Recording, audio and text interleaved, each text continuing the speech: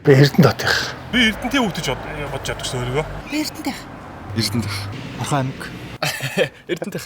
Би Эрдэнэтих гэж ярих дуртай шүү дээ. Орхон аймаг. Би Эрдэнэт гэж хэлүүлэх дуртай. Эрдэнэтих. Бидний анх нь одоо ирж яхад бол Эрдэнэт гэж байсан шүү дээ. Эрдэнэтих. Хотол Эрдэнэтийн орхон аймаг шүү дээ. Яа. Эрдэнэтих гэдэг шүү дээ. Эрдэнэтих. Орхон аймаг. Эрдэнэтих шүү дээ. Эрдэнэтих. Би Эрдэнэтих. Энэ Орос, Монгол, Украин, Татар, Беларусь, Бурят, Хасаг олон үндэстэн ёсны өрөөс нэгэн сэтгэлээр нэгдэн ажиллаж байна. Бид нар Эрдэнэтээр хаягдах болсон дон их баяртай байна. Энэ чарахгүй. Элгэлтийн эзэн бүхний нэртэй Эрдэнэтийн иргэд дэм байгуулалт мөнхийн холбоотой. Маш цэвэрхэн тэгээд соёлтой тийм л дурсамж үлдсэн дээ. Монгол байж Эрдэнэт үйлдвэрийг төсгөлж энэ хот болсон.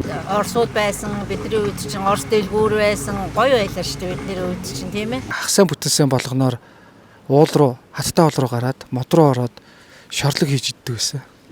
Тэр бол одоо манай гэрийнхний хамгийн их ярих дуртай түүх. Хамгийн их ярьдаг түүх бол Эрдэнэт хот бол айгүй цэвэрхэн сайхан хот байсан. Өсвөр үеийн тэр нэг жаргал маргалын чинь болоод ерөөсөө дан Эрдэнэтэд л мэдэрсэндээ. Тэр чигээр миний хүүхэднээс одоо хайртай бүхэн минь тэнд байгаа болохоор одоо тэгэл тэр чигээр л хата хайрын хот юм да. Наадмын талбай тэнд маш их хөлөөмөд тоглолт байсан те. Хүүхэд багталтай тэнд ерөөсөө өдөржин шүнжил тоглолт те. Тийм байсан. Тэгэхээр Эрдэнэт бол дурсан бол надад амар их хөдөлж. Монгол зөвлөлтийн хөдөлмөрч барилгачдын гараар энд 130 мянган ам дөрвөлжин метр ашигтай талбай бүхий орон сууцны дөрвөн хороолол сургууль цэцэрлэг худалдаа Эрдэнэт байхгүй тэгэл одоо өөр газар амьдран да. Тийм. Одоо байхгүйсэн болов. Өөр газар л өөр хүмүүжлэр л өсөж байгаа хта. Муухай хасвах. За одоо тэгж ер нь бодож байгаагүй биш үү? Гэхдээ энэ сайхан хотод амьдарч байгаа их баярлалтай шүү дээ. Гэхдээ тэр хаа нэгэн газар хүн бол төрсөн болохоор ажиллаж амьдрах л байсан баг та. Өөр газар төрсөн бол их нутгархаг яг тэр орон нутгийнхаа шинжийг их агуулсан болох байсан баг. Тэрөө Эрдэнэт хот байгаагүй байсан би магадгүй төрөөгүй байсан баг. Эрдэнэт байхгүйс бол би нэг одоо донгой айрагт л өсөх байсан баг та. Төсөөлшгүй юм да одоо тэгээд шал өөрөөр ирэх байлгүй дээ. Ийм урлагийн хүн ч юм уу рок хөгжимч болохгүй хаасан баха гэж бодож. Эрдэнэт хот өдрөөс өдөр дөрвижин тэлж Монгол зөвлөлтийн ард түмний гамбат наримдлын бэлэг тэмдэг болон өнгөжин жапаатсаар байна. Манай Эрдэнэ залуучууд хааж ерөн цоглог зөг хөөдөө явдаг. Тайван байдал гэж явдаг шүү дээ. Гэр бүшгэл тийм газартай. Тэгээ Эрдэнэсийн хот гэж би хэлэх тавтай. Мэдээж Монголын ирээдүйд гэж би бодлохноор. Тайван. Амийн гоё цэвэрхэн тухтай. Эрдэнэ мэдлэг дээр суурилсан